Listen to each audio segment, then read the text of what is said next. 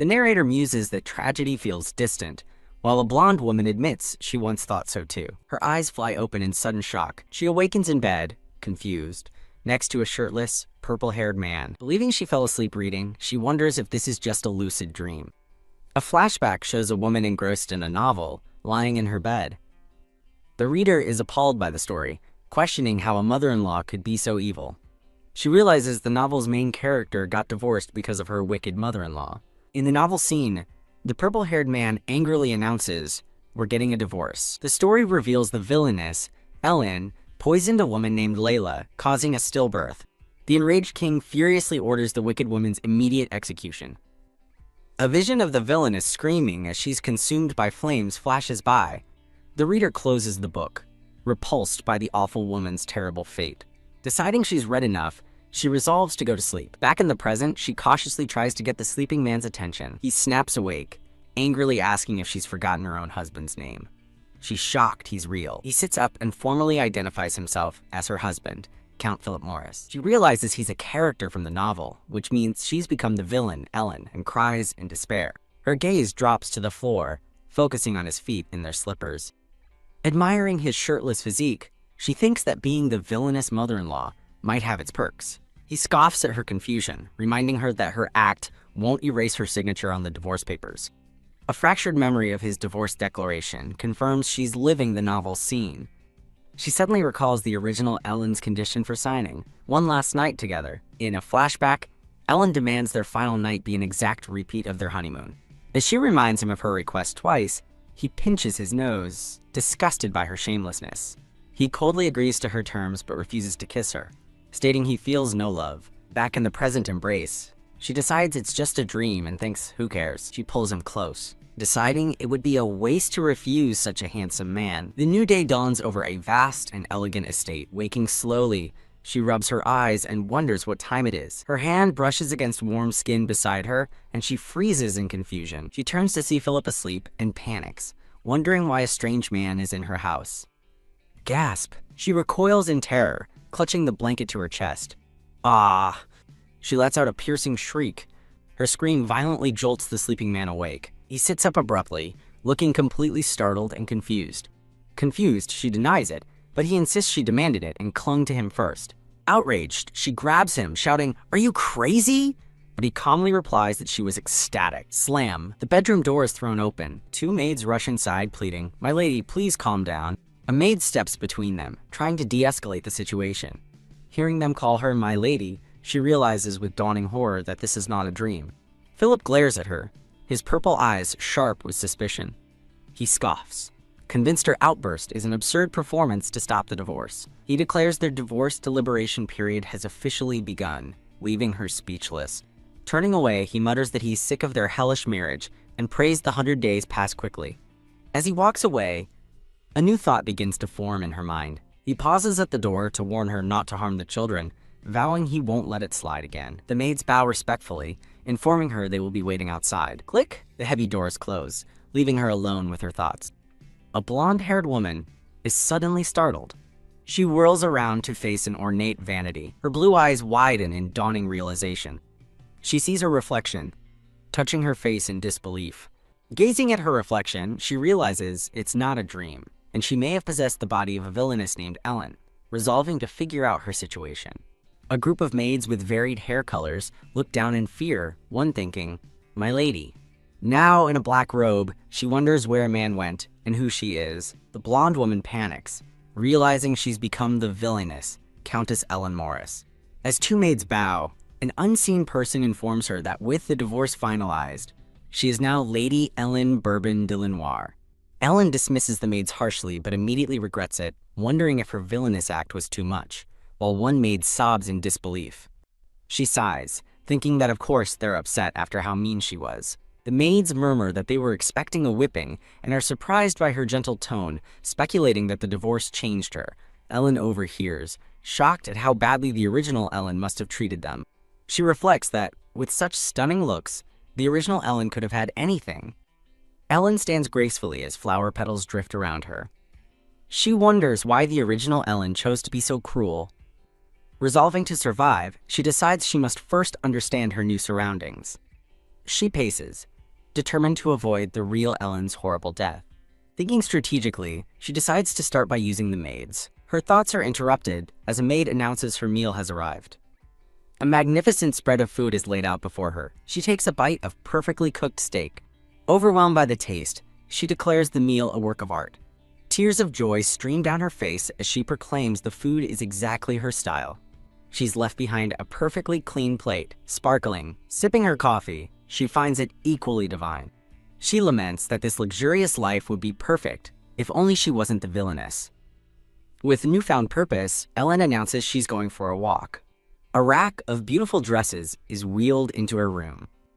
Ellen thoughtfully considers her wardrobe options. She glances sideways, having made a choice. She selects a light blue dress, approving of its look. The scene shifts to a sunlit gazebo surrounded by a beautiful rose garden. Dressed in blue, Ellen expresses her pure delight at the gorgeous garden. She spots a young, brown-haired gardener trimming hedges and wonders if he manages the entire garden alone. The gardener turns and flinches upon seeing her. Confused by his reaction, she wonders if he is scared of her. She glances back over her shoulder with a focused expression. A handsome man with long red hair and green eyes appears. Smiling gently, Ellen turns to the stranger and asks who he is. The red-haired man smiles, placing a hand over his heart. Huh? Confused, Ellen wonders if the original Ellen used to make such jokes. The red-haired man calls her boring and turns to leave. He walks away from her along the stone path. The red-haired man smiles brightly, surrounded by a radiant aura. A flashback recalls how the real Ellen was executed by Philip's sword after angering King Marlborough. A flashback reveals a purple-haired man who is known only as Ellen's shadow. Ellen remembers the red-haired man's name is Mild and feels relieved to have at least one ally. Back in her room, Ellen sits up in bed as morning light fills the room. Ellen complains of a sore back after a week in bed. She realizes her execution is in 3 years and resolves to change her fate by acting differently. A surge of hope fills her as she clenches her fists, determined to survive. She decides her first step is to get on the good side of the newlyweds, who return this afternoon. Getting out of bed, she hopes that by being kind, her in-laws might eventually warm up to her. Sitting at her desk, she smirks, deciding to enact her sunshine policy. Her hand rests near the documents she has just written. According to the law, 2 documents are required for a divorce, and Philip already submitted the application a week ago. A 100-day deliberation period is required for any couple seeking a divorce. Ellen looks pensive, knowing there's more to the situation. The law states that a divorce confirmation can be submitted anytime, which finalizes the split if even one party wants it. She considers the loophole. If neither submits the confirmation or both cancel, the divorce is voided. The scene focuses on the sash of her robe. Looking out the window, she feels a sense of unease. She recalls that the novel gives her a small house, but she schemes that begging the Count might get her more. She daydreams of wealth, deciding to earn a fortune before the divorce to ensure a lavish future. Thump!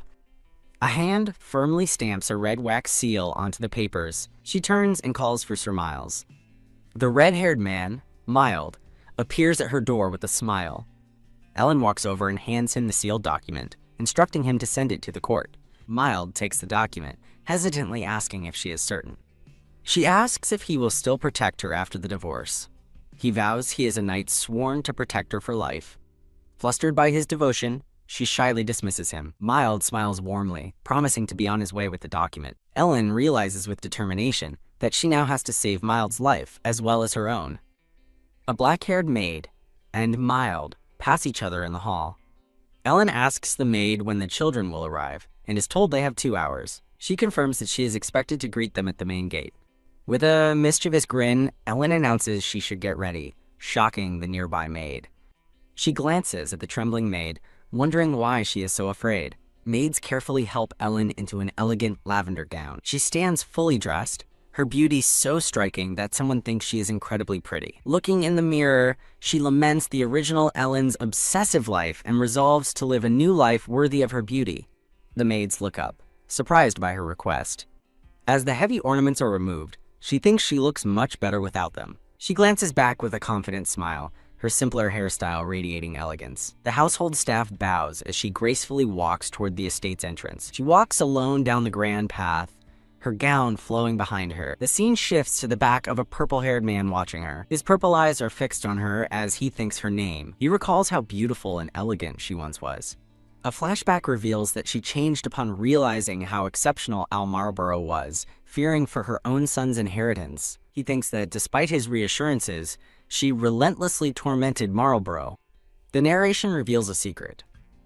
Marlborough is the king's hidden son, a truth Philip swore to protect.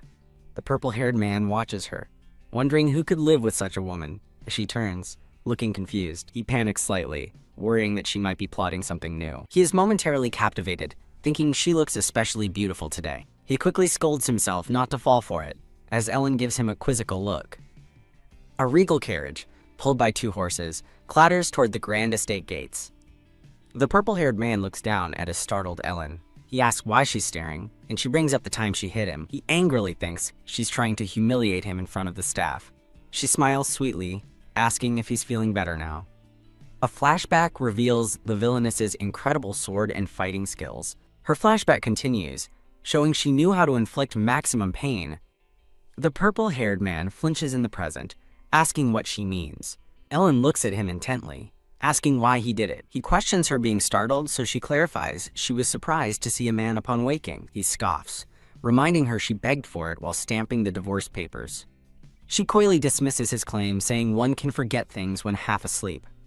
Internally, she fumes that a respectable supporting character is being so clueless. The purple-haired man looks away, flustered and annoyed. Ellen gets angry, wondering if she should just hit him again. 3 household staff members pretend not to hear the awkward exchange. The man becomes agitated, insisting she can't pretend not to know what she said. Startled, she suddenly grabs the front of his uniform. She pulls him close, catching him completely off guard. She whispers in his ear, calling him a pervert, stunning him into silence. She then reminds him that she said it was worthless, causing him to blush. He thinks to himself that's a lie, as she was clearly into it. He concludes she's just lying to stop the divorce and vows not to fall for it. A carriage wheel creaks to a stop. A pink-haired woman and a blonde-haired man arrive at the estate. An older blonde woman gushes over her pretty new daughter-in-law, Lila. Ellen watches them, thinking that she knows she's the villainess. Walking toward them, she wonders how anyone could torment such a beautiful heroine. Ellen calls out to a nervous Lila, who timidly responds. With a joyful expression, Ellen throws her arms open wide for a hug. She embraces a very surprised and stiff Lila. Trapped in the hug, a terrified Lila thinks Ellen is scary. Ellen, let's go, happily inviting Lila to a tea party later. The purple-haired man, Marlborough, watches the strange interaction from a distance. Ellen calls Marlborough over, telling him to greet the newlyweds.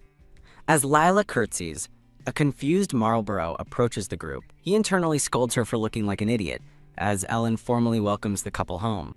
Ellen laughs warmly, inviting everyone inside for tea and pie. Marlborough watches her go, wondering what has gotten into her. The blonde man is equally bewildered, wondering what happened while they were away. Layla thinks to herself that Ellen is even scarier when she acts nice. Later, the 4 of them sit awkwardly in a parlor. The silver-haired butler, Domingo, stands beside a cart piled high with wedding gifts.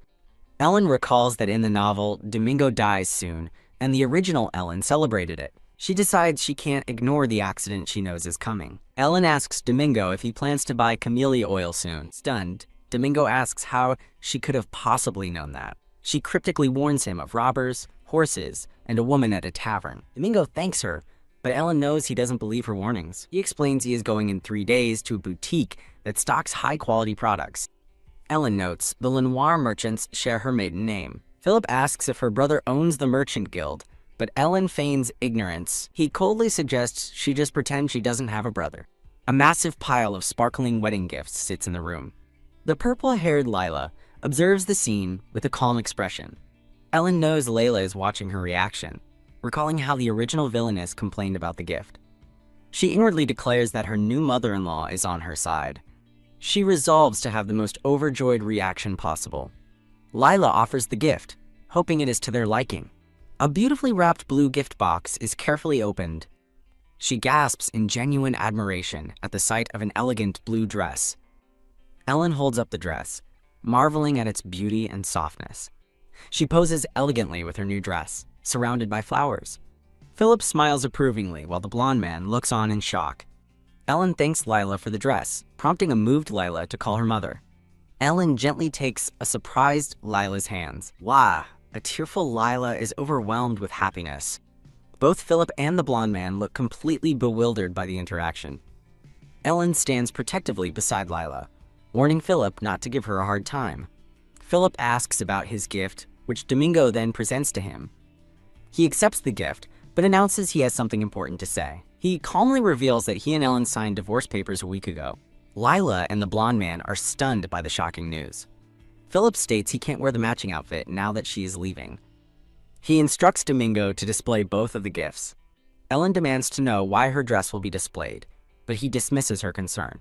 She insists she will wear the dress, telling him not to count his chickens before they hatch. She explains the odd idiom to a very confused Philip. Philip offers to take the dress, but she refuses, saying it's for them to wear together. She points out that he just said he wouldn't wear his. He smirks, cleverly turning her own "don't count your chickens" phrase back on her. The blonde man clarifies they bought 2 of each outfit. She sips her tea, cheekily asking a stunned Philip if he still won't need his gift. Thump. She sets her teacup down and confirms she will leave in 100 days. She demands a proper house befitting her status as a duke's daughter. She makes it clear that a cheap, back alley house is unacceptable. Philip asks if she ever mentioned alimony. She coolly says, it just seems like his style. She bids the newlyweds goodnight, promising not to disturb them. The scene shifts to a tranquil view of the estate's garden and gazebo. Now in a green dress, Ellen walks along a stone path with a yellow parasol. She thinks the garden is a perfect photo spot and wishes she could take a picture. Hee hee. She covers her mouth and laughs softly to herself. She spots Sir Mild and asks why he seems so happy. He returns the question, asking what made her laugh like that. Mild smiles, simply stating that she appears to be in a good mood. Her hands clench around the handle of her parasol. She is touched that her own happiness is enough to make him happy. With grim determination, she vows that she will not let Mild die. She decides her first step is to make a good impression on Lila and her friends. Looking at a pond, she wonders where they are. Sir Miles asks Ellen what she is looking for.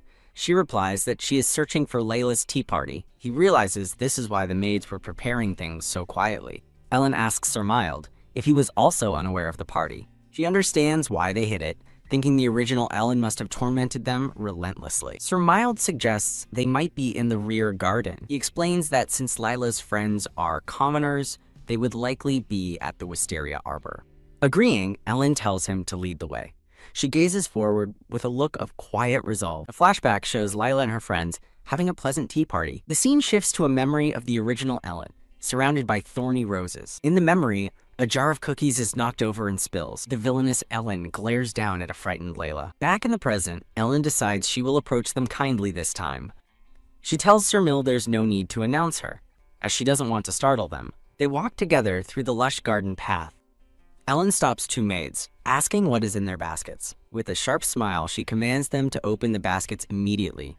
A maid reveals a basket filled with delicious-looking tarts and strawberries. Smiling pleasantly, Ellen asks them to hand the basket over to her. She offers to take the basket for them, since she is heading to the party anyway.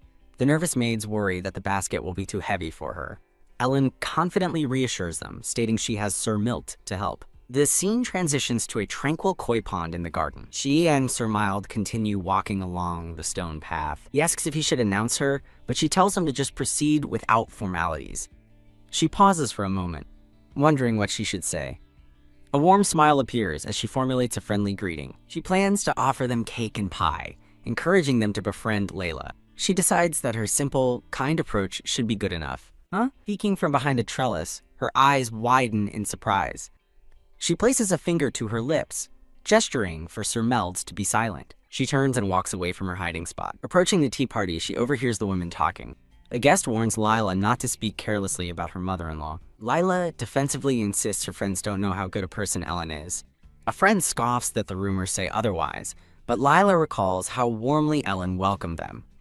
Hidden nearby, Ellen is moved that Lila defends her and vows to treat her even better. The friends mock Lila's story, saying they heard she was pale and trembling with fear. Lila looks down, unable to respond to their teasing.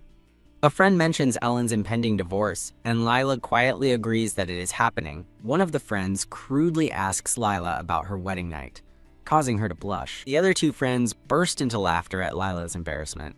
The friend presses for details about her night, but a flustered Lila refuses to answer. They continue to pressure her, blaming her wicked mother-in-law for her lack of other friends. Ellen's expression darkens with anger as she thinks they've gone too far. A friend asks if Layla can keep the dress Ellen gave her, and Layla says yes. The friend then greedily asks Layla to give them some of her jewelry, claiming the villainess will make it hard to wear.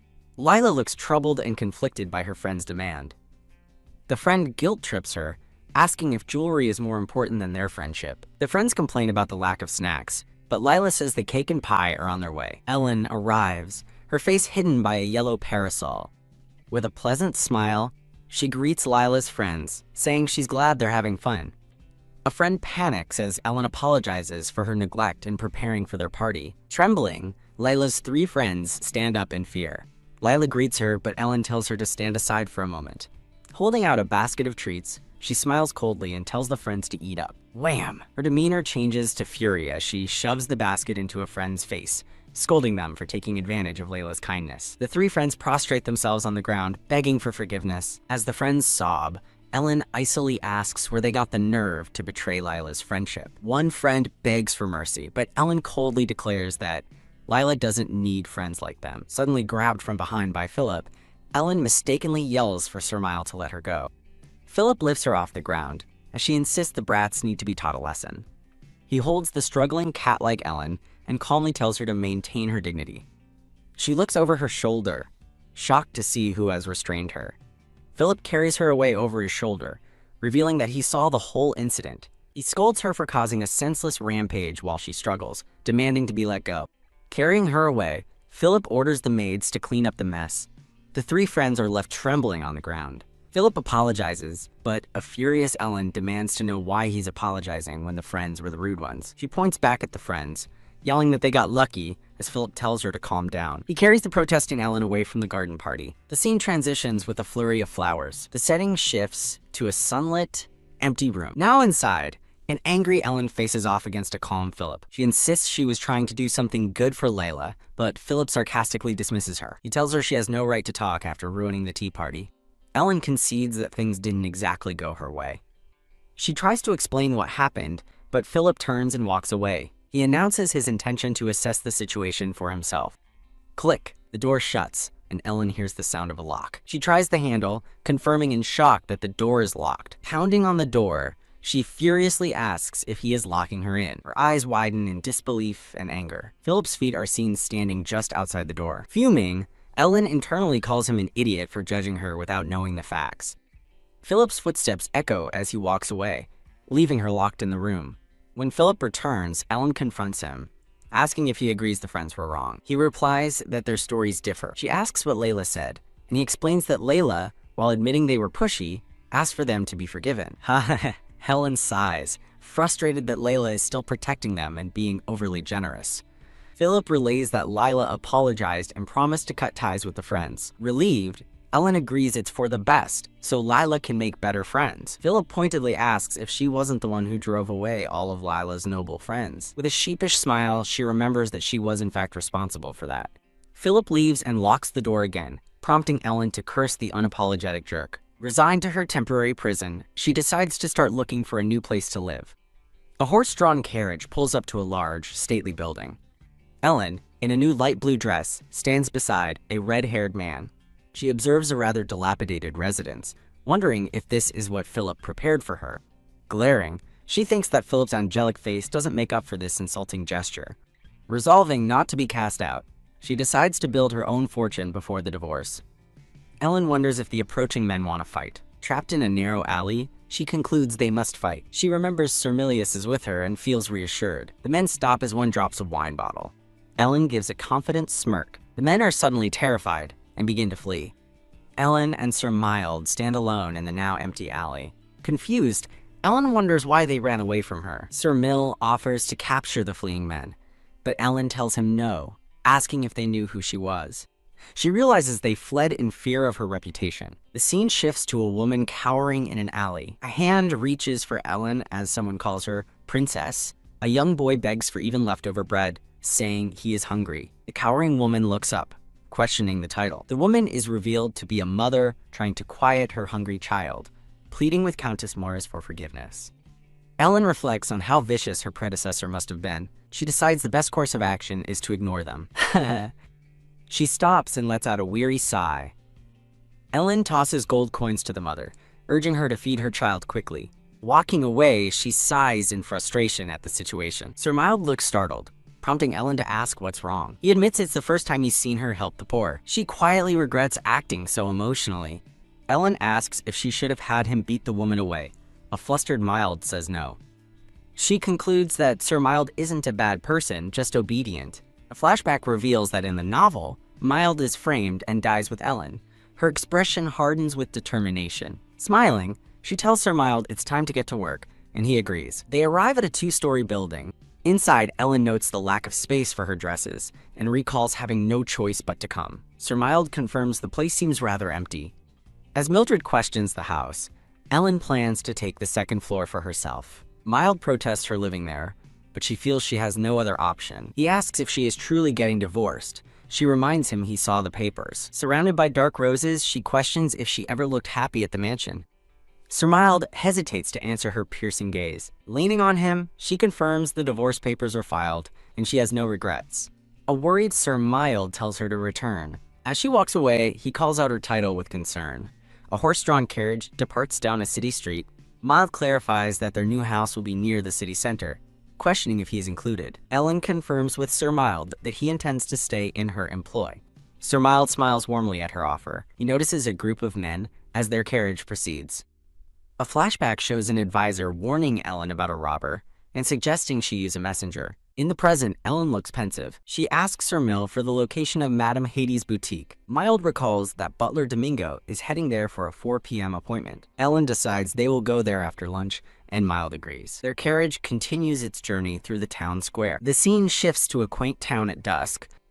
A red-haired knight stands with a blonde woman holding a parasol. The woman asks what time it is, and the knight replies it's 4 o'clock. Deciding to visit a boutique, she heads toward her carriage as the knight offers his escort. While riding, she spots a group of men cornering someone in an alley and urgently orders the carriage to stop. She repeats her command, and as the knight reins in the horse, she exits the carriage. Tap, tap, tap.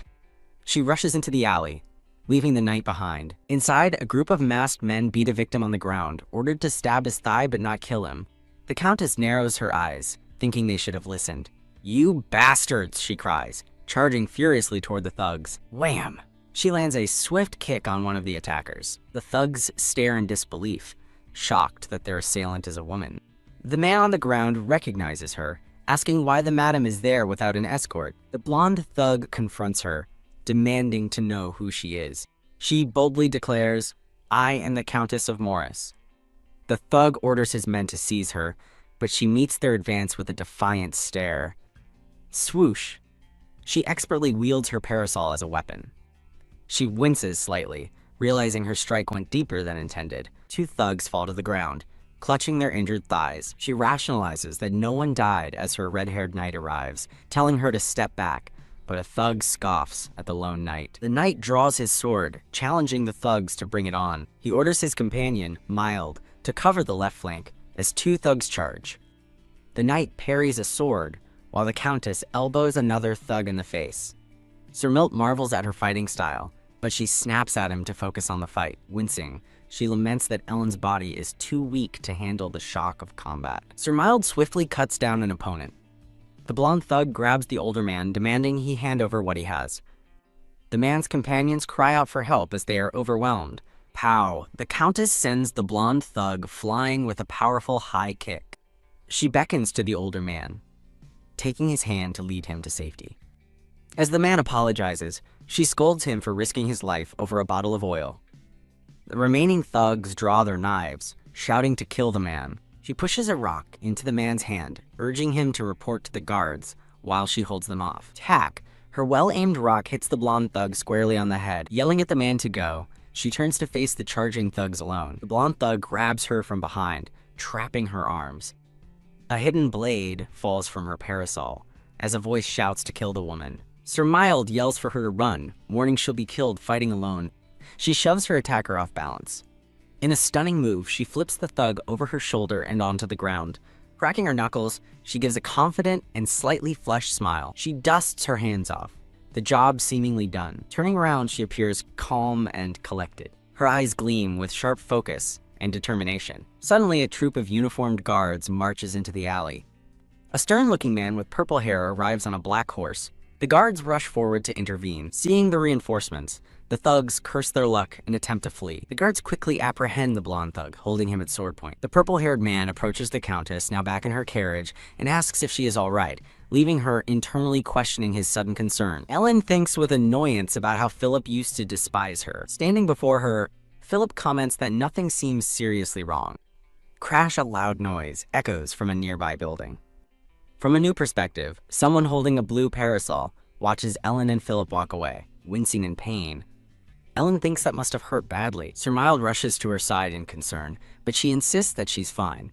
In a flashback, Philip is seen speaking with butler Domingo. In the present, Ellen wonders if Domingo was holding a letter. Philip praises Domingo's work, but the butler gives all the credit to Ellen as she taps her foot impatiently. Philip's gaze narrows with suspicion. A blushing Domingo thanks Ellen for saving him, causing her to worry that the story is changing. Philip looks at her with a questioning expression. Ellen confronts him, asking if he wasn't going to help. She accuses him of being suspicious because of her foreknowledge, but he denies it. Furious, she points a finger at him, saying he clearly accused her while he continues to deny it. Philip blushes as a proud Ellen internally praises her own impressive kick. He remains flustered and blushing from the memory. A dynamic image shows Ellen delivering a powerful kick. Her expression is flushed, but determined. Ellen turns to leave, but Philip reaches out, calling her name. She walks away, ignoring his plea. Sir Miles suggests a visit to the medical center, and Ellen reluctantly agrees. As Sir Miles rushes to get the carriage, Ellen regrets overexerting herself. He returns in a panic, reporting the carriage is gone. Ellen asks how far they have to walk. Mild explains it's too far to walk in her condition, but she insists she can manage. He offers to escort her, and she accepts his help. Philip suddenly appears on horseback, asking why she didn't tell him, and offering help, his gaze fixed on her wrist. Philip looks down at her with a serious, unreadable expression. He extends a hand, offering to help her up.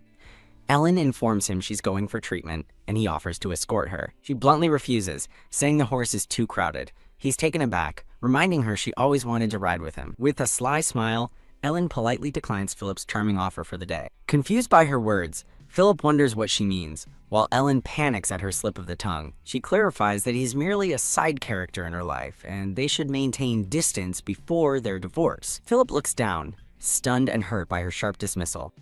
Composing himself, Philip orders Mild to take his horse and report the stolen carriage. Sir Mild bows his head and accepts the Count's orders. Philip turns to Ellen, extends his hand, and says it's time for them to go. He gently takes her hand in his. In a swift motion, he lifts her into his arms, causing her to cry out in surprise. They lock eyes, their faces just inches apart. She asks what he's doing, and he calmly states this is the fastest way to get there, regardless of his role in her life. As he carries her through town, he asks if she feels better, but she stubbornly tells him not to speak to her. They arrive at the stately building of the medical center. Inside a well-appointed office, a doctor carefully tends to Ellen's injured ankle.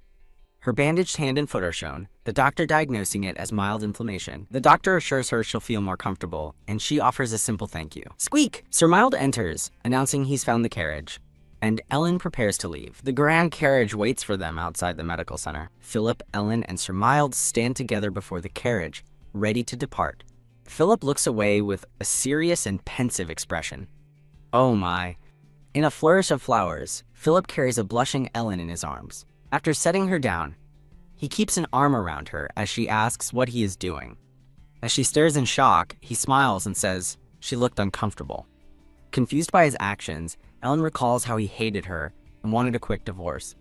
In the carriage, she wonders why his behavior now makes her heart flutter. Startled, Ellen asks why Philip is getting into the carriage instead of taking his horse. Now seated beside her, Philip simply announces he is also going to the boutique.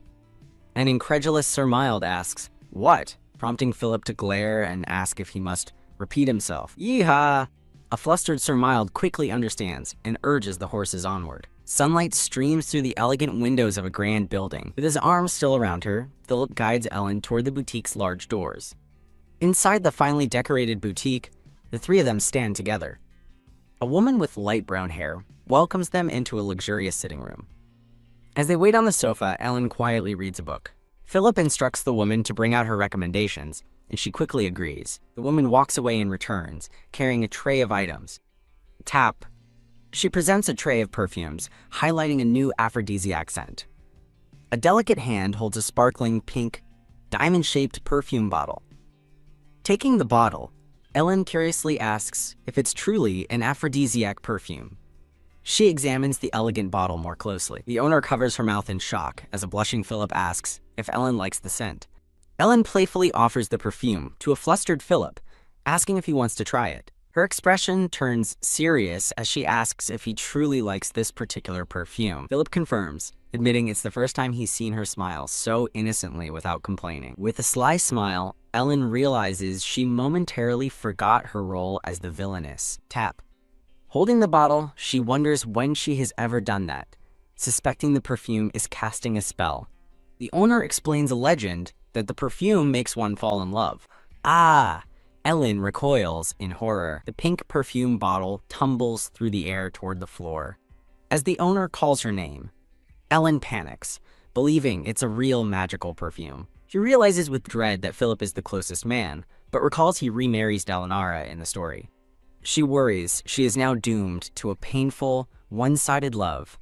Ellen slams the table, furiously asking the owner why she didn't mention this before. The woman stammers in confusion. The owner nervously clarifies that the magic perfume is just a product from a famous novel. She explains Lord Renoir commissioned the author to write the novel to promote the perfume. Ellen is stunned to learn that product placement exists in this world.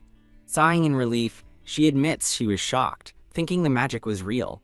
A bewildered Philip looks on as Ellen wonders what on earth she was thinking. Composing herself, Ellen tells the owner to wrap it up and show her the next item. A pair of hands holds up a beautiful, iridescent pain relief patch. Ellen asks Philip why he doesn't use the patch, but he dismisses it as a luxury item for extreme pain. Philip observes her carefully, noting her strange familiarity with the patch. Wondering who Lord Renoir is, Ellen decides to feign ignorance to handle the situation. She turns to Philip and coyly asks if her family is considered family to her. The owner presents her next selection of fine goods. 2 ornate parasols, one a deep purple and the other a silvery gray, are displayed. Holding both, Ellen thinks to herself that they are beautiful. Philip simply tells the pleased owner to wrap them both up. He then gestures toward a fan, asking if she wants to look at it as well. The owner proudly explains the fan is made of ivory, the same quality as the king's. Ellen questions if there are enough elephants to make ivory fans, and the owner explains they are nearly extinct. Philip remarks that she seems to like the fan, but she declares that while pretty, she will not use something like this. In a cute chibi fantasy, Ellen sadly wonders if elephants were killed for the fan, while Philip remains silent. Philip's chibi form then asks, reminding her that she used to love and use ivory all the time. Surprised? Ellen questions him. He reminds her that ivory is one of the territory's most profitable industries, a fact that she didn't seem to know. She firmly states that her feelings have changed, finding the idea of killing elephants for ivory to be horrible, which surprises Philip. Passionately, she declares that if it were up to her, she would enact a law to protect elephants from cruel hunts. Philip instructs the owner to charge all of Ellen's purchases to House Morris, and the woman readily agrees. Announcing his departure, he tells Ellen to enjoy the rest of her shopping as she watches him with a complex expression. As he walks away, Philip's thoughts swirl with confusion over her sudden change, admitting it makes him nervous. Ellen turns to Sir Mild, asking what is wrong with Philip, but her knight can only offer a hesitant, "Well?" She dismisses the thought, realizing Mild wouldn't know, as she recalls that ivory trading is one of the Count's main businesses. The realization deepens as she remembers that the Count also recently went on an elephant hunt. Gah! Panicked, she grasps her head, understanding she just condemned Philip to his face and debates apologizing. She dismisses the idea with a sigh, deciding to forget it since they are getting divorced anyway. Sir Mild gets her attention, and she turns to ask what he needs. Looking at her seriously, Sir Mild asks if this was a planned divorce, leaving her in stunned silence. The scene shifts to a grand mansion, basking in the warm light of the sun. Inside, a collection of ornate swords, daggers, and shields are displayed on a stone wall. From high above, 2 figures are seen standing on an elaborate rug in a dimly lit hall. A memory replays Ellen's passionate declaration against elephant hunting and her desire to make a law protecting them. In his own recollection, Philip remembers a time she said wild elephants were big and filthy and should be wiped out. He wonders why she's changing her stance now that the divorce papers are signed, questioning if she secretly hated him all along. He immediately dismisses the idea, recalling her decade-long obsession with him. Ha! He sighs, concluding that while she seems to want the divorce, he realizes his own affection for her hasn't faded. A romantic memory surfaces of him holding her close, her heart fluttering against him. He snaps back to reality, his thoughts turning suspicious as he decides she must be scheming to deceive him. Standing in a sunlit room, Philip holds a letter, his expression unreadable. Looking at a drawing on the letter, he thinks that he is only now beginning to see how amazing she can be. He clenches his fist, forcing himself to stop thinking about it, reminding himself the family's future is at stake. A letter reveals an elder's thoughts, stating he is too old and tired to punish rebels and wishes for a peaceful retirement. The letter's text reveals that Philip's parents accepted a land offer and agreed to a proposal. As Philip recalls a royal arrangement for the Morris family to raise an heir, he notes that the king's health is in decline. The letter containing the agreement is cast into a fireplace, consumed by flames. Philip stands grimly before the fire, realizing there is not much time left. In his study, a man who appears to be Philip's father resolves that it is time to inform the children. A young man with blonde hair and a woman with purple hair appear, their expressions somber. The blonde-haired man addresses the man at the desk as "Father," asking why he was summoned. His father looks up from his desk and states that it is time to begin making preparations. The blonde man reacts with a shocked "Ah!" while the purple-haired woman gasps, covering her mouth. A portrait of the purple-haired woman appears as narration explains that, though it was difficult, she opened her heart to Marlborough and came to love him sincerely. The two are shown sharing a happy, romantic moment together amidst a field of flowers. Back in the study, Marlborough asks his father what is wrong, worried that his love, Layla, may be in danger. Layla adds that she has not seen Ellen since the tea party. From his desk, their father reveals he hasn't seen Ellen since his honeymoon and asks if she came to Layla, recalling how she used to visit the children just to pick fights. Marlborough finds the situation strange, but accepts his father's decision. Layla wonders how much hardship they had to endure to hide their feelings, noting that Ellen never visited once. The scene shifts to Philip, who reacts with shock, asking if Ellen truly didn't go, as an unseen person confirms it. He asks Layla if Ellen at least sent a message, but she confirms she did not, adding she could rest peacefully. He questions if that's really true. Layla blushes with a triumphant smile, clearly delighted by Ellen's absence. A confused young man with purple hair wonders who would train someone so harshly, but concludes it's good news anyway. Philip asks his father if he has considered canceling the divorce. His father internally questions Ellen's motives, suspecting she is holding a grudge and preparing for revenge. His father reflects that Ellen has truly changed, noting that even the children think so, and recalls her impressive kick. He hardens his resolve, convinced that after 10 years, her change must be a trick with a hidden motive. The scene shifts as a woman's thoughts reveal her confusion over scented candles being popular 3 years ahead of schedule.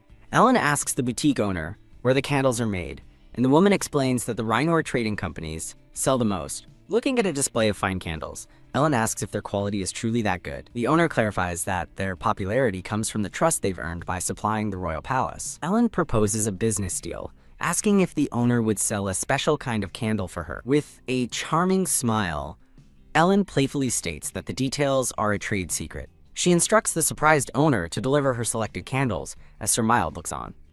Ellen and Sir Mild stand together, ready to depart. Sir Mild asks why she's buying so many candles, but she cryptically replies that he'll find out soon enough. A close-up highlights the elegant sleeve of Ellen's dress. A warm glow emanates from a collection of lit candles. Less than an hour later, a carriage laden with boxes arrives at the grand estate. Maids begin carrying the delivered candle boxes into the mansion. Ellen sits calmly in a chair, overseeing the 3 maids who stand before her. Philip bursts through a nearby door, his expression one of pure shock. Stunned by the stacks of crates, he demands to know what's going on with all the candles. Ellen turns to him with a confident expression and announces she's starting a business. A bewildered Philip asks if her business is selling candles. She tells him it's a secret for now, prompting him to question how she can run a business with no experience. Ellen coolly tells him not to judge her, asserting she has a plan, while he internally scoffs that they all say that. He condescendingly adds that he's only concerned because the investment money would come from their house. With a sly grin, Ellen assures him she'll fund it with her own money, declaring this is only the beginning. With a sly grin, Ellen assures him she'll fund it with her own money, declaring this is only the beginning. Cutting the conversation short, she tells him to drink as she pours tea into a cup. Philip remarks that she's changed a lot since the divorce, noting she never poured tea before. She calmly asks if she has. She quietly wonders if she was too kind to him, which leaves him looking completely puzzled. She asks how they usually had tea, and he reminds her that she was the one who always poured it for him. He leans forward, asking in utter disbelief if she is being serious. With a sharp look, she challenges him, stating it can't be that hard and he should just try it. Philip reluctantly agrees to her request to demonstrate. A memory surfaces of her past self, with instructions to turn slightly at the waist. The memory continues as a blushing Philip demonstrates a pose, prompting a shocked Ellen to ask what he's doing. Disgusted, Ellen calls him insane, shocked that she would do such a thing, especially in front of others. Philip looks away, reminding her that she used to call it her joy and happiness. She clutches her dress tightly, vehemently denying any memory of such behavior. Standing firm, she commands him to forget the Ellen of the past, declaring it will never happen again. She then calls for Domingo, who appears at the door bandaged, and asks how he can help. A surprised chibi Ellen wonders what happened to him as Domingo covers his mouth. With tears in his eyes, Domingo thanks his madam, explaining that he is safe because of her. Ellen advises him to rest if he's unwell, but he insists he's well enough to work. He bows his head deeply in gratitude toward her. Domingo explains that he's not busy, but is simply touched, as this is the first time she has ever asked him to do anything. Surprised, Ellen remembers she is supposed to be a villainess who commands, not asks, as a devoted Domingo bows and promises to bring what she needs. The scene shifts to a stack of books sitting on a wooden surface. As Ellen flips through a ledger, she realizes she is incredibly wealthy, enough to buy a building with pocket change.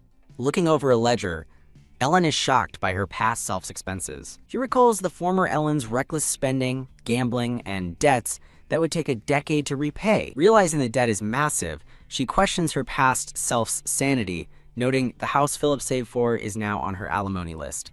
She concludes that Philip is a saint for putting up with her for so long. Ellen confirms with Domingo that all her purchased items are in the 4th floor storage room. Getting up from her desk, she tells Domingo to lead the way so she can inspect her belongings. Click. A key turns in the lock of an ornate door. As the doors open, she stands before a brightly lit storage room. A confident smile spreads across her face as she thinks, jackpot. The room is revealed to be a massive vault, filled with priceless dresses, jewelry, and furniture. She asks Domingo if she can take all her belongings now that she's divorced, and he confirms she can. Surveying her vast collection, she prepares to make her next move. She asks Domingo if Philip ever complained about her extravagant spending. Domingo confirms that Philip always approved of her spending, prompting her to wonder if that's true even for this amount. He explains that Philip probably doesn't even know the extent of her purchases, which surprises her. Finding out Philip is in his study, she instructs Domingo to close the door as she prepares to speak with him. With the door shut, she sighs in relief, realizing all the treasure is hers.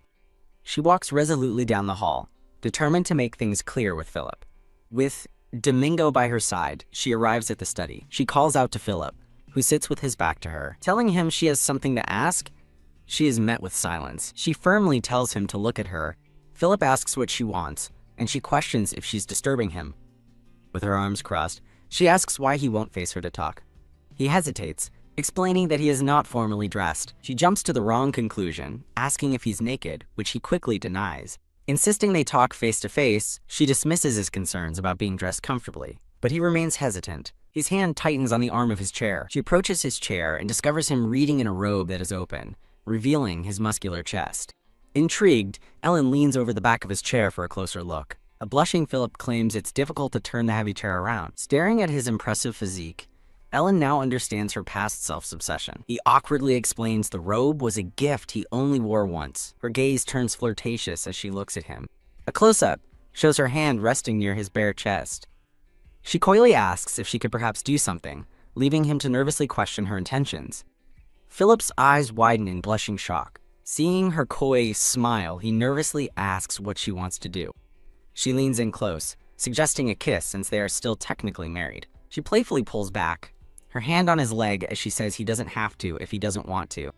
Her sudden change in demeanor leaves her momentarily confused. With a blush, Philip closes his eyes and braces himself, ready for the kiss. She leans over him and whispers for him to open his lips. Instead of his lips, she gently kisses his forehead. She tells him he has the right to wear his own robe, and he confidently agrees. Now composed, Philip asks why she came to see him, and she reveals she has reviewed the finances. Philip admits his own incompetence with a faint smile. Ellen tells him not to say that, remarking it's a miracle they aren't divorced yet. She confronts him, asking why he let her extravagant spending get so out of control. He explains that letting her spend was the only way he could help her cope with stress. With an understanding smile, she realizes he was giving her everything he could. Promising to fix the finances before she leaves, Ellen turns and walks away. Alone, he reflects that he never found her past attempts at flirting to be charming. His eyes closed, he drifts into a memory, wondering who is there. He looks up in surprise to see Ellen has returned, wearing a matching dark blue robe. Ellen stands before him, presenting herself in the alluring matching robe. In the memory, she explains she bought the matching robes for them to wear together. The memory continues as she tenderly asks him to come closer, their hands joining. They are shown embracing passionately in the study. On the couch, she playfully declares his punishment for being cold is a kiss. His hand gently cradles her face as he leans in for the kiss. They share a passionate kiss as glowing petals fall around them. The memory of their intimate moment on the couch continues. They gaze lovingly into each other's eyes, their embrace tightening. Pow! A chibi Ellen with furious red eyes lands a powerful punch on a confused chibi Philip. A dazed, baby-like Philip calls out her name from the floor, snapping back to reality. Philip stands alone, looking utterly bewildered. Blushing, he touches his cheek and admits to himself that the memory was nice. Later, Ellen collapses onto her bed in her green nightgown. She buries her face in her pillow, her hand clenched in frustration. She peeks up from her pillow, wondering if her simple forehead kiss went too far. She lies alone in her grand bed, lost in contemplation, staring at the ceiling. She wonders if they could have gotten along better. Turning over, she muses that a story isn't fun without a villain. She reflects on the villain's dramatic role, but knows that path now leads to her own death. With newfound resolve, she decides she will be good to the children. Sitting up with determination, she declares she will start raising money tomorrow. A knock at the door is heard as a voice calls for, "My lady." She turns toward the sound, wondering if Philip has come to see her. To her surprise, Philip is standing outside her door holding a gift box. Opening the door with a creak, she invites him to come inside. Now inside her room, Philip asks her what's going on. He holds out the beautifully wrapped gift, telling her he came to give it to her. He places the gift on the table in front of a surprised Ellen. She questions his motives, worrying he brought the gift because he hates the idea of matching robes. With a graceful smile, she places a hand on her chest and accepts the gift. She reassures the chibi Philip that he doesn't have to worry about her canceling the divorce. He shocks her by revealing he has already signed and sent the divorce papers to the court. With a reassuring smile, she clarifies she's not trying anything sneaky. Seeing his conflicted expression, she asks him what's wrong. He insists she has misunderstood his intentions, prompting her to ask why he came. Blushing, Philip admits he brought the robe simply because he thought she'd look good in it. A flustered Philip quickly wishes her a peaceful night and turns to leave. As he departs, she wonders if she's imagining his sweet gesture, as it seems so out of character. The next day, a voice calls for Sir Miles from behind a grand door. Domingo enters the room and asks if his lady called for him. Confused, Ellen asks why he's there when she summoned Sir Mild, but Domingo explains Sir Mild is with the master. A thoughtful expression crosses Ellen's face. She finds it strange, noting that Philip rarely ever calls for Sir Miles. A concerned Domingo and a chibi Ellen wonder what's happening. She asks if it's something she can't handle, but he assures her it's not. She instructs Domingo to call in an art dealer, preferably one with strong financial backing, who asks if she is selling something. With a determined look, she announces she's selling every piece of artwork she owns, shocking Domingo. Domingo advises that a professional appraiser would be better than a local buyer, even if it takes more time. Decisively, she tells him to call them both, and a surprised Domingo agrees. She smiles, pleased with her plan to raise funds. She then adds a new instruction to throw a grand party and invite every noble who can attend. Her smile widens as she clasps her hands in anticipation. Later, an art dealer arrives, thanking the Countess for the summons and promising the best price. She notes his greedy expression as he examines his jeweled ring. She turns and tells the dealer to follow her to see the items. She leads them to a room showcasing a large, beautiful landscape painting. She instructs the dealer to quote prices, while Sir Mild and a maid record the offers. The dealer points to a crystal mermaid statue, offering only 2 gold for the aged piece. He then praises a golden fairy statue as a fine piece, offering 5 gold for it. A chibi Ellen has a realization, figuring out the dealer's strategy to undercut other sellers. She quietly instructs Sir Mild to check if the dealer has sold any other pieces before. Changing the subject, she asks Sir Mild about the call he received from Philip that morning. He explains that Philip asked if the divorce papers were officially submitted with the final seal. With a slight smile, Sir Mild confirms he told Philip the truth. The papers were sealed and sent to court.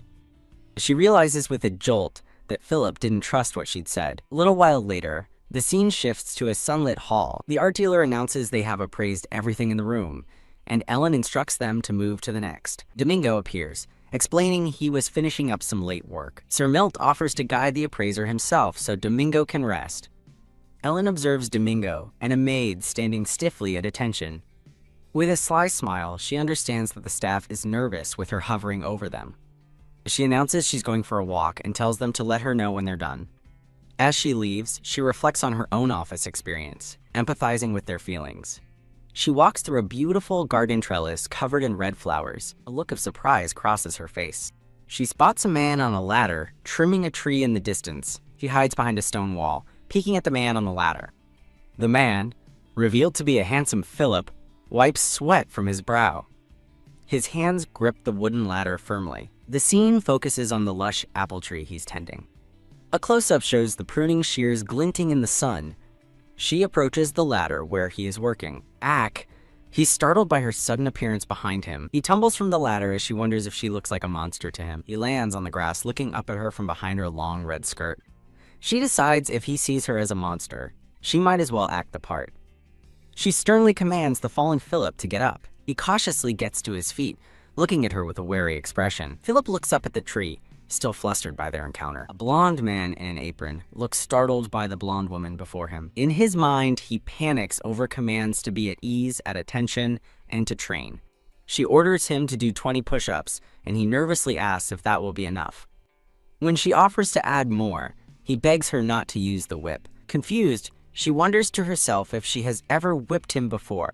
As he struggles with the push-ups, she finds herself thinking how surprisingly sexy he looks. From a window, a confused Philip wonders what he is even witnessing. He questions why she is punishing the man named Hyde and begins to doubt if everything she has shown him was a lie. Determined, Philip decides he must find out the truth for himself. Meanwhile, Hyde counts out the final push-ups. He gets to his feet, breathing heavily as she watches him. She sternly asks him if she ever gave him permission to get up. Heidi remains on the ground, looking up at her from a low angle.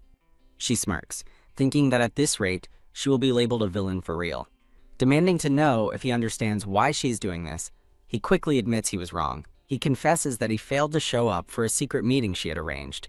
Her eyes widen in shock at the revelation. He repeats his confession about missing the secret meeting she invited him to. A secret meeting? The news leaves her completely stunned. Trying to play it cool, she asks for details, and he admits he disobeyed her order to meet at midnight. She asks if he knew the reason for the order, and he explains it was a plot to make the master jealous. That's insane. She internally screams, frustrated by the landmines the previous Ellen left and wishing she could force the author to rewrite the story. She dismisses his reason, and he quickly agrees. At her command, Hyde rises to his feet. She explains that she was just emotional because he failed to greet her properly.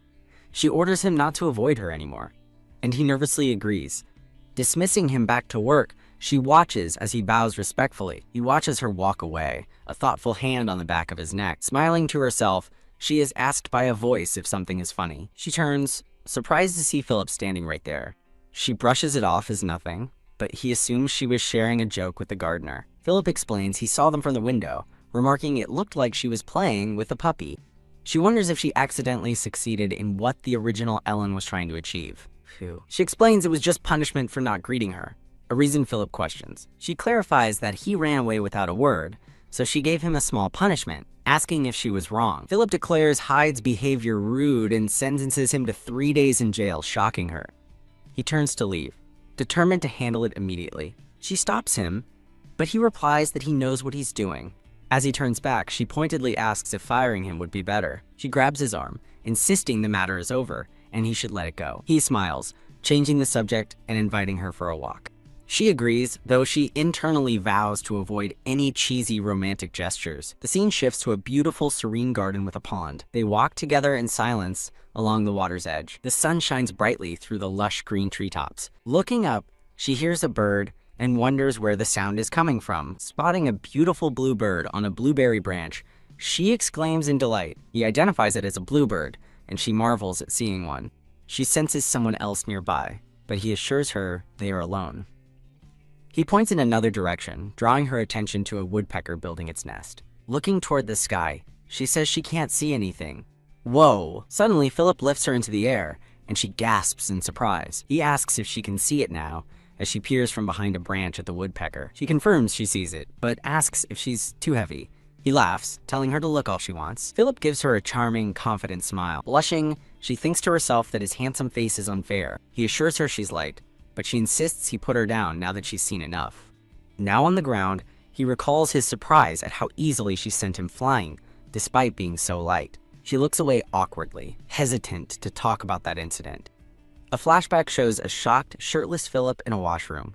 He admits that while he was stunned, getting hit by her was actually kind of cool.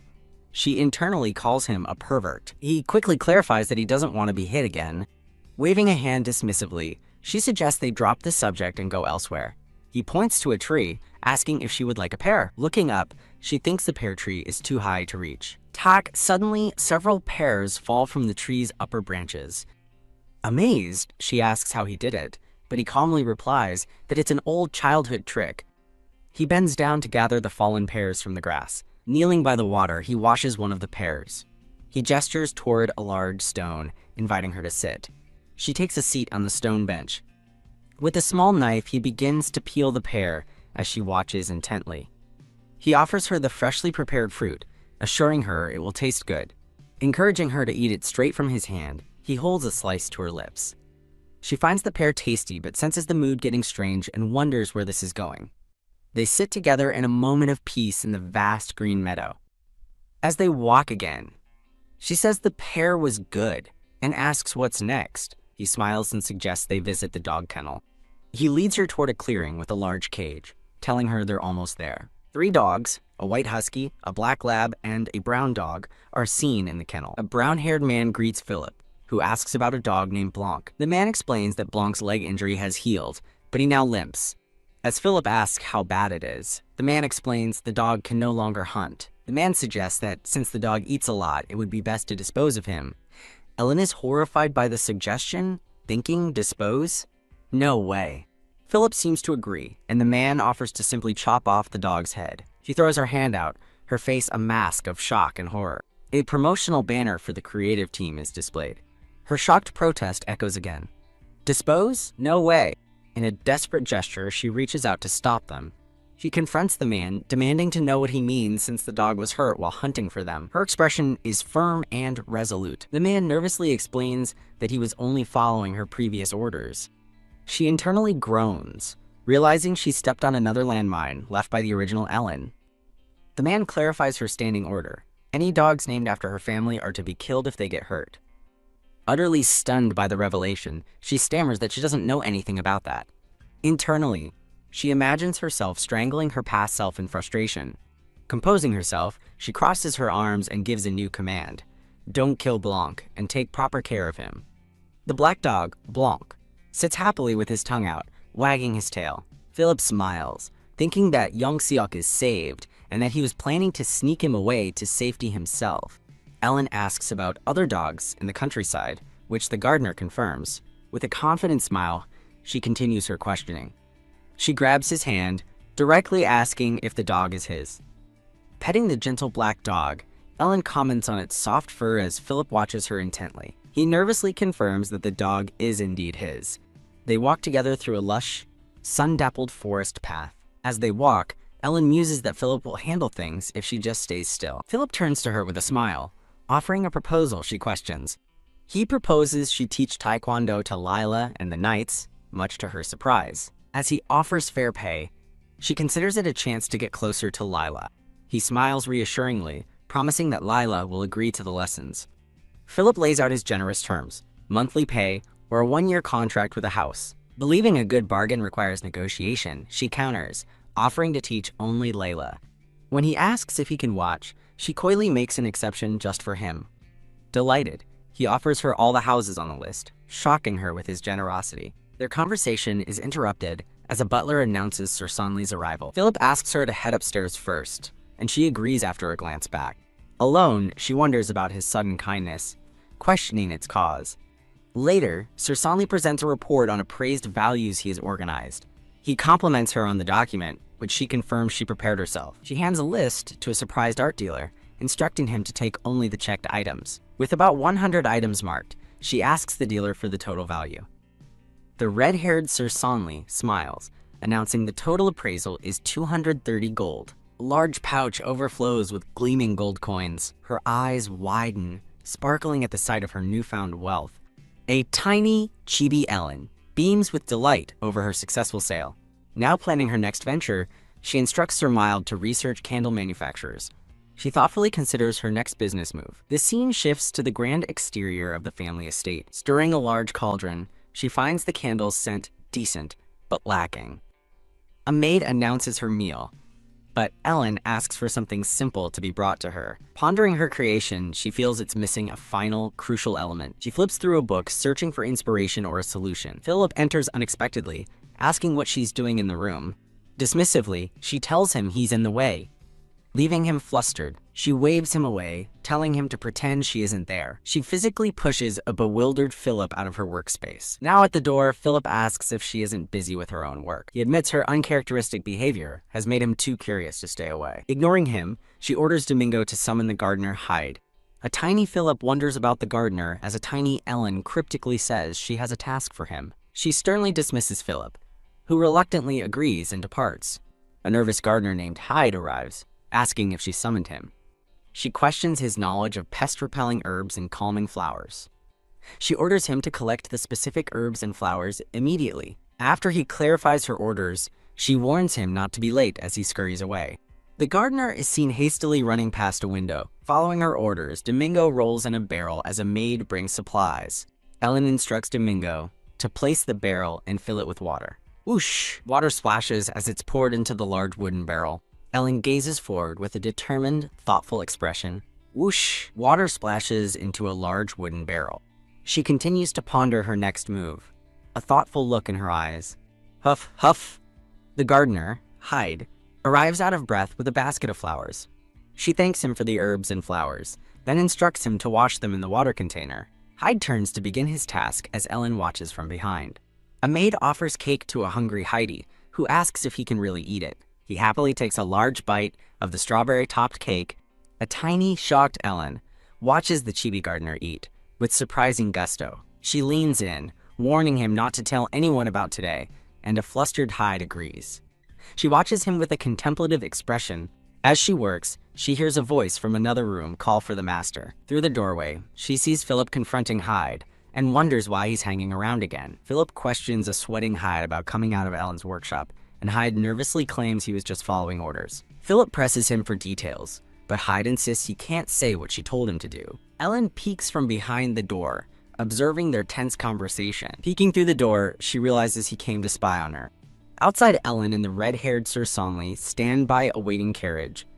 She asks for the candle workshop's location, and Sir Sonley explains it's on the outskirts of the estate. He warns her that the remote area is known for bandits, surprising her. He suggests summoning the candlemaker, but she firmly insists on seeing the place herself. Sir Sonley turns to make the arrangements. She thoughtfully considers the information about the bandits. Philip suddenly arrives on horseback with his knights, surprising Sir Sonley.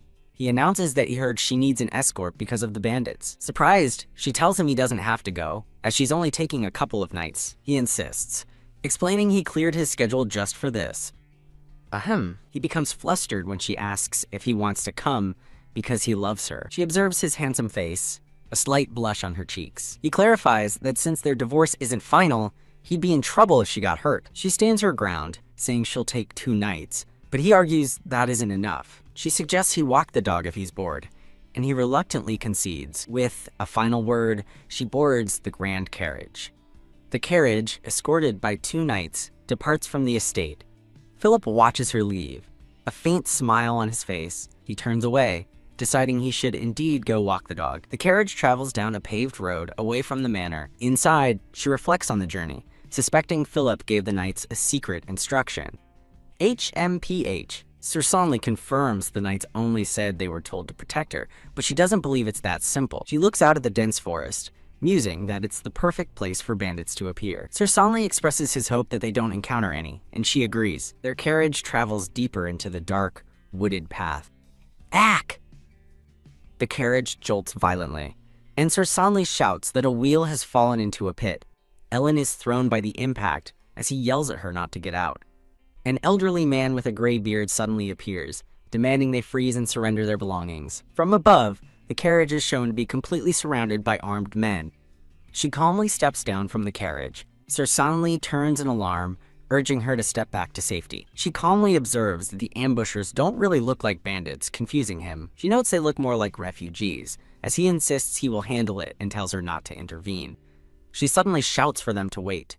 She picks up 2 large picnic baskets. She offers the ambushers food and money. The hungry men stare in disbelief at the delicious food. The basket sparkles, full of fresh fruit and bread. The leader scoffs at her offer, threatening her with a knife as his men brandish their own weapons. Sir Sonley steps in front of her, ordering her back. He insists he will handle the confrontation. Whoosh! She ignores him and single-handedly kicks down 2 of the men. One of her knights holds a defeated man at sword point. She bluffs that the Count is madly in love with her and will seek revenge. Her knights are shocked, thinking her claim is impossible. She offers them a choice: accept support or face the Count's wrath. The leader refuses to believe her threat. He grabs one of his men, still looking defiant. She points at him, holding her ground. The bandit leader's tough exterior begins to crack. He continues to look stressed and conflicted. Turning away, he nervously considers his options. Defeated, he looks at the food and curses his situation. She presses him to decide between revenge and a new life. The leader stammers, at a loss for words. She suggests he eat first and then decide.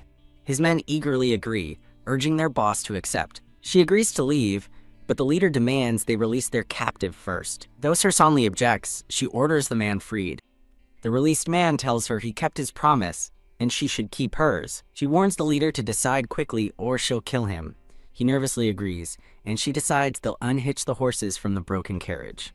Sir Mild and the knights begin unhitching the horses. She tells a surprised Sir Miles she'll ride behind him. She claims she doesn't feel like riding, hiding that she can't. When she offers to drop it, a flustered Sir Mild quickly agrees to help. She is confused when he kneels before her. He asks if he should crouch, and she realizes he wants her to step on him to mount the horse. Changing her mind, she has him help her up by hand, and they ride away together. She warns the bandits to care for the horses, and not to try anything funny. She smiles confidently as they depart, leaving the bandits behind. The group of men gathers around the baskets of food. The leader worries her offer is a trap to enslave him. He scoffs, believing the knight's reactions prove the Count doesn't love her. Snapping a loaf of bread, he tells his men her words are nonsense. Bark, bark, a dog's barking suddenly startles the leader as he eats. Ellen, yes, I hear her, and I see her every single day. The bandits demand to know who has appeared. Philip emerges from the shadows with his black dog. He explains he found her stuck carriage while walking his dog. He formally introduces himself as Count Philip Morris, Lord of the Territory. The bandit leader is stunned by the revelation. Philip declares his dog, Blanc, led him here, outing them as the culprits. Annoyed by his timing, the leader considers taking the Count hostage. He grins, deciding to capture the Count if negotiations fail. Seeing the empty basket, a furious Philip draws his sword and vows revenge. Meanwhile, Ellen and Sir Mild ride through the moonlit forest. They arrive at a rundown building, which Sir Mild identifies as their destination. Looking back, Ellen observes that someone appears to be living there. Surveying the dilapidated village, she asks Sir Mild if this is the right place, and he confirms it. She approaches the main house with her knights, commenting that it looks haunted. Creak! A frightened woman with light brown hair opens the door, gasping in shock. She stares in disbelief at Ellen and her escort standing at her threshold. The woman immediately falls to her knees, desperately pleading for help. Ellen raises a hand, ordering her knights to lower their swords so as not to scare her. She kindly reassures the terrified woman that they are not there to cause her harm. The woman recognizes the Countess and begs for mercy, explaining her father is sick and promising to repay her debt if she isn't sold. Ellen tries to tell her not to cry, but the woman sobs that her father will die if she is sold. Turning to Sir Mild, Ellen questions him as he asks if she lent money or showed kindness here. Sir Mild, confused by her question, suggests they speak privately since the Count is unaware of this. As he walks away, a confused Ellen wonders what is going on. Sir Mild quietly explains that she had lent money to some of the villagers. A shocked Ellen questions this, and Sir Mild asks if she truly doesn't remember. She admits her memory is a mess, explaining she honestly felt like she was dying. She tells a bewildered Sir Miles to simply explain things when she asks, and he reluctantly agrees. He reveals she secretly lent money behind the Count's back. She wonders if she was running a business. She asks about the business now, and he informs her that her subordinates were executed for crimes. She asks if it's all ruined, but he clarifies that the operation is merely suspended. Sir Mild mentions that records should still exist, asking if she remembers those. Ellen sarcastically retorts that she wouldn't be asking if she remembered, explaining the divorce was so devastating some people take their own lives. The woman continues to cry on the ground, begging for forgiveness. Ellen warns her to stop crying or repay the debt now, then tells her to wash up for an important talk, leaving the woman confused. Ellen tells the woman to stop crying and wash up, as they need to have an important talk. Inside the dusty house, she sits and remarks that the building is surprisingly sturdy. The camera pans across the dilapidated interior, showing a candelabra and a broken window. Click! The woman returns, closing the door behind her. She sits before Ellen, apologizing and promising to repay her debt as quickly as possible. Ellen questions how she plans to repay 5 gold plus interest by simply selling wheat and candles. The woman cries, explaining that her father won't survive the shock if she's sold to a bar, as a letter threatened. Ellen reflects grimly on her past actions, realizing she was no better than a wicked loan shark. The woman tearfully begs for mercy, promising to do anything to stay by her father's side. Ellen asks if she will truly do anything, and the woman nervously agrees. Confused, the woman recalls Ellen saying that making candles wouldn't earn enough money. Ellen asks her to choose, and the woman agrees but points out the building is too old to be a proper workshop. Ellen promises a proper house, a real workshop, a salary, and staff, leaving the woman speechless. She tells the woman to focus on her skills, and she'll clear her debt, moving the woman to tears. Ellen summons Sir Mild, who presents a box filled with colorful candles. She selects an orange candle from the collection. Sniffing the candle, she notes that the scent was not mixed properly. Wow! The woman stares at the candle in awe, amazed by the idea. Ellen smiles, explaining this is precisely why she needs a specialist. Overcome with emotion, the woman declares the candle is art blessed by the heavens. Satisfied, Ellen suggests they start by drawing up a contract. Back in the woods, Philip confronts the group of men, who are now kneeling before him. He questions them, asking if they are refugees, not bandits, and if the madam told them to wait there. The bandit leader explains that the Countess showed them mercy out of kindness. Philip scoffs internally, finding it impossible that Ellen would show mercy. He considers her strange behavior, but concludes a woman like her couldn't change so easily. The leader panics, realizing he needs a better story, or they're doomed. As Philip stands ready with his sword, the leader calls out to him. The leader passionately declares they were saved by the Countess's grace, preferring servitude to death. Philip remains skeptical, thinking the man doesn't know how vicious Ellen really is. Philip calls out the leader's earlier defiance, and the man curses his foolish mistake. Flustered, the leader claims he thought Philip was an imposter.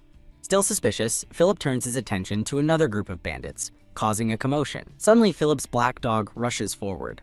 A new group of bandits mock Philip, wondering who the punk with the dog is. Angrily, Philip confronts them, asking if they're the notorious mountain bandits. The new leader smirks, arrogantly telling Philip to call him Lord Bandit. As the bandit demands his valuables, Philip realizes Ellen will face their wrath alone. Swoosh! Philip unleashes a swift attack, striking down a surprised bandit. He sends another bandit reeling with a powerful blow to the face. With graceful precision, he incapacitates the remaining men in an instant.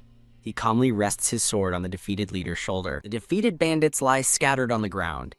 Tie them up, Philip commands, and the refugees quickly obey. Shortly after, the captured bandits are secured, one being carried away injured. Philip asks when Ellen will return, and the leader estimates about an hour. Philip's face twists in panic, horrified at the thought of Ellen seeing this mess. Ahem. When the Countess arrives, don't tell her I was here, Philip insists, leaving the leader baffled. Philip instructs the man to take credit for capturing the bandits. In return, Philip offers to grant them official residency in his domain, sealing the deal. With a final warning for Ellen never to know he was there, Philip departs with his dog. He pauses, wondering if his involvement can truly be kept secret. He hopes that if she finds out he saved the day, she might come looking for him again. He recalls a memory of her looking at him with admiration, calling him the coolest. The memory brings a faint blush to his cheeks. A sudden realization seems to strike him as he reconsiders his plan. He clings to the hope that she might come looking for him if she knew the truth. He changes his mind, telling them there's no need for his previous plan. He worries about the possibility of her becoming obsessed with him again. He sternly warns the captured bandits never to speak of this, and they quickly agree. Just then, Ellen and Sir Mild arrive on the scene. Confused by the scene before her, she asks what happened. The refugee leader nervously begins his explanation as the real bandits sit tied up. The refugees stand guard over the captured bandits, playing their parts. Sensing a strange atmosphere, she questions him, but he claims capturing the bandits was difficult. The leader formally pleads for permission to settle, swearing their loyalty to her domain. She agrees, but says she must await the Count's approval, surprised by how quickly her knight returned with a reply. A fleet of carriages, including a prisoner transport, is already waiting. Puzzled by the many carriages, she questions her knight, who explains they were already there upon his arrival. The knight points out the specialized prisoner transport, leaving her completely baffled. Sir Mild decides to load the prisoners into the waiting carriage, and she agrees. She wonders to herself if Philip possesses some kind of strange, predictive power. The convoy of carriages departs, heading down the road. Creak. Inside the carriage, Ellen has fallen asleep. Philip tells his men not to wake her, deciding to carry her himself. He gently approaches, noting she must be exhausted as she sleeps so soundly. Lifting her into his arms, he holds her close. He carries the sleeping Ellen through the grand sunlit hall. He brings her into a dimly lit bedroom. Gently, he lays her down on the bed. Thud. He suddenly loses his balance and falls on top of her. Lying over her, he quietly explains he was letting her rest before they had to leave. Her eyes flutter open, revealing her confusion. A brief memory of the kiss flashes as her eyes widen in shock. The sun rises on a new day at the estate. Ellen awakens in bed, stretching lazily.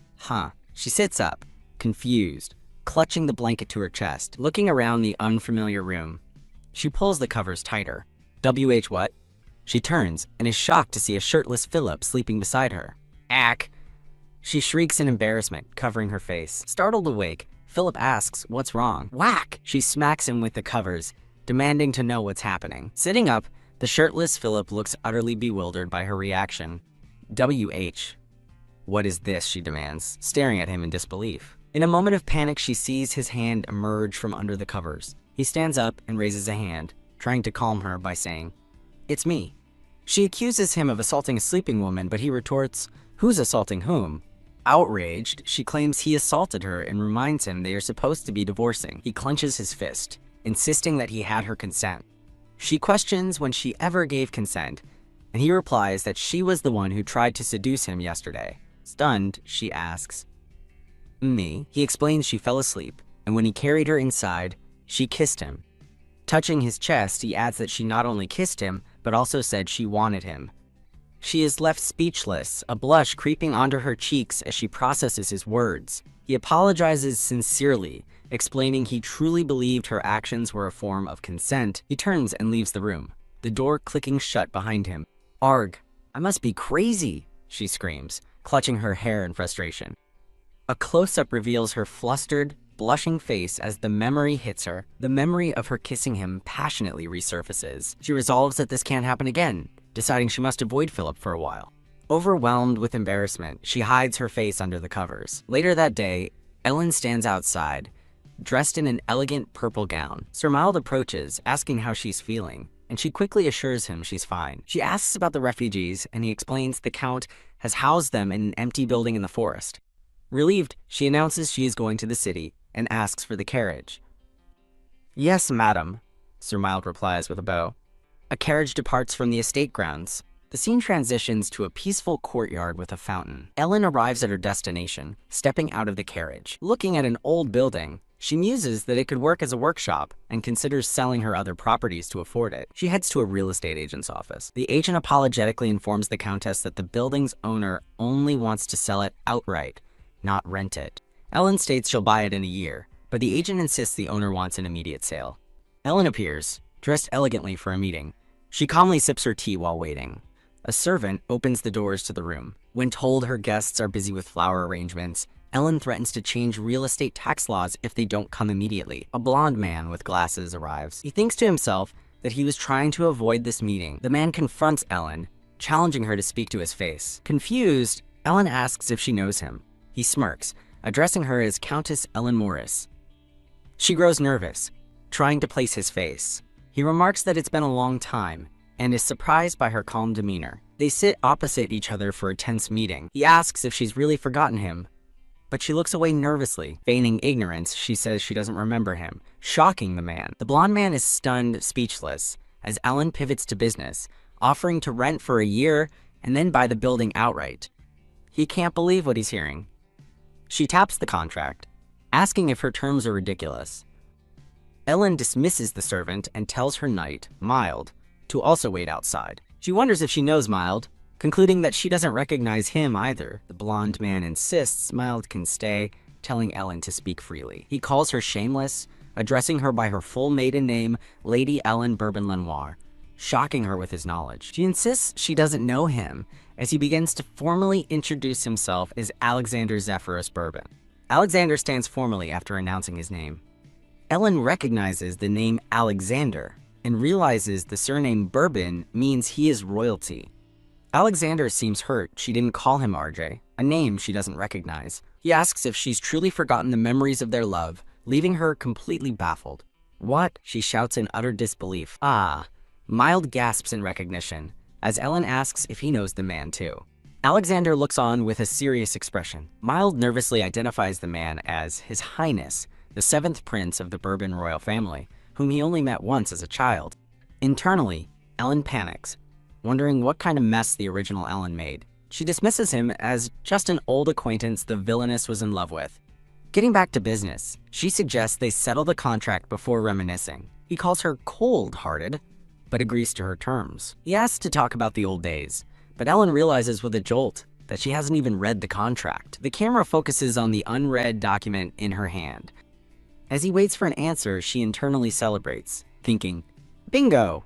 Gotcha. Alexander agrees to the deal, admitting he needed to sell before the political situation became unstable. She notes his political comment, thinking he shouldn't have said that aloud. He observes that this is the first time she's ever thanked him. She thanks him for helping her business, surprising him that she's handling it and not the Count. She retorts, if I don't do it, who will? While he confirms the Count isn't involved. He smiles, concluding that her divorce is now unavoidable. As he starts talking about marriage, she internally scoffs at the idea of marrying him. His hopeful expression falters as he blushes. Business concluded, Ellen prepares to leave with her knight, Mild. Mild warns the prince he's going too far, and Alexander grabs his arm in response. Crash Alexander shoves Mild back, warning him not to step out of line. The camera focuses on a fresh bruise on Mild's cheek. Ellen glares with pure, unbridled fury. A blonde woman furiously demands why the man hit her knight, kicking him to his knees with a loud thump. Again, the blonde woman angrily confronts the man, sending him to his knees as she questions his actions. A red-haired knight urges her to calm down, revealing the man is a prince of the Bourbon royal family. Oops! She internally panics, but outwardly blames the prince for grabbing her hand first. She dismisses her knight while the stunned prince calls out her name, Ellen. She coolly tells the prince to take up any issue with her husband formally. The flustered prince agrees to speak to the Count as Ellen and her knight walk away. From her carriage, she watches with disdain as the prince gives a formal wave from the doorway. He's so persistent, she thinks, with a weary sigh. She closes her eyes, finding a moment of peace on the ride home. The scene shifts to the purple-haired Philip, lost in thought. He questions if what she said is true, wondering if she is really his wife. He sits up, feeling strangely stifled by her sleeping presence next to him. Suddenly, she grabs him in her sleep, pulling him into an embrace. He lies awake, heart pounding, and completely flustered by their closeness. He gazes down at her sleeping face with a tender, softened expression. The camera focuses on the delicate lace collar of her nightgown. Blushing deeply, he hears her whisper his name, Philip in her sleep. As her hand rests on his chest, she confesses she's not Ellen, but someone from another world. He gently touches her cheek, thinking she's beautiful, and that he likes this change in her. Remembering their perfect night, he admits to himself it's almost enough to make him call off the divorce. A dreamlike flash of their intimate moment lingers in his mind. He shakes himself from the reverie, suspecting this could all be another one of Ellen's schemes. He resolves to avoid her, hoping the distance will calm his racing heart. He suddenly remembers Ellen is supposed to teach Layla a secret technique and wonders if he should go watch. The next day, Ellen stands confidently in a grand room, ready to begin. She smugly reflects on having successfully dealt with both men in a single day. Deciding Alexander is the bigger problem, she considers giving her daughter a heads up. The doors open, revealing a purple-haired young woman named Layla, flanked by two maids. Lila enters the room, looking slightly nervous and uncertain.